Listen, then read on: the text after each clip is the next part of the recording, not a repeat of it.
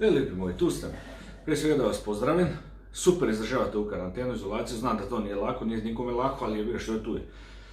Moramo se svi pridržavati uputa, moramo biti doma, najvažnije ono hashtag ostani doma, nemoj izlaziti nigdje. I normalno, peri ruke, dezinficiraj se. Evo, ja sam sad nabavio, vidiš, ima novo sredstvo na dezinfekciju, odlično, vrhunski. Ko nema, lipo, nemam pojma, snađi se, jebi ako ima domaće rakije, alkohola, viskija, operi se, stoči iz auta malo benzina, nafte, okupaj se, nema veze što će poslije malo srbiti češati, ali bolje išta nego da te ovaj virus uvati. Više, ovo je super sredstvo, doduše je eksplozivno zapaljivo na nekoj toj bazi, ali uništava sve i bakterije,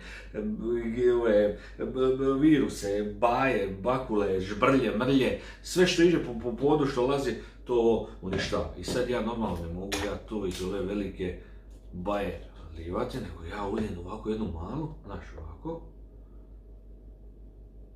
tako, i onda sam miran. Razumiješ? I onda iz ove male, s ovom malom, se dezinficira. To je ono što je najvažnije.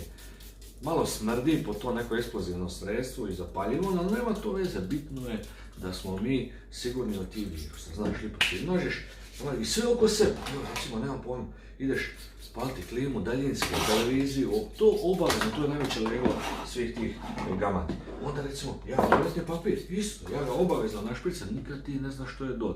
Nema ga još puno, ima još malo, jer neki dan sam mora se izaći vanka, pa sam onda ulio u kadu, jedno 2 deca, i normalno kupao sam se, ja bio sam unutra na ovo vremena. I onda ulijeduju robu, kad idem prati robu, isto ulijem malo unutra, ali super je sredstvo. Malo smrdi, ali sve je to super. Ideš piti kavu, normalno, ne možeš piti kavu ujutro, kao što popi kavu, možeš dezinficirati čikaru, razumiješ, nikad ne znaš gdje je bila, što je bila, unutra malo po kavi, jebi ga, znaš, kao došla iz Brazila, iz Italije, ne znaju odakle, a tamo ima puno svega i onda lijepo dezinficiraš pa si miran, normalno popiješ kavu, razumiješ, a i kad malo popiješ toga unutra s kavom, lijepo ti unutra uništi sve te bakterije i viruse, razumiješ? Tako. Ideš zapaliti cigaru, normalno nemojte pušiti, pušenje nije zdravo, a normalno moraš sve to dezinficirati ili upaljač, nikad ne znaš kome si ga ukrao, jel tako? Gdje je on bio, što je sve, kud je sve prošao, moraš ga dezinficirati, kutiju cigareta, obavezno dezinficiraj, pa si onda miran, izvadiš cigaru vani, normalno i nju, i špricaš, dezinficiraš malo oko sebe, znaš, što daje pome, ali nema veze.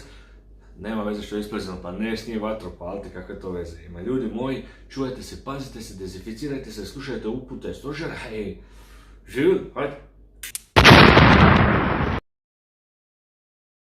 Ja sam samo čovjek s mora.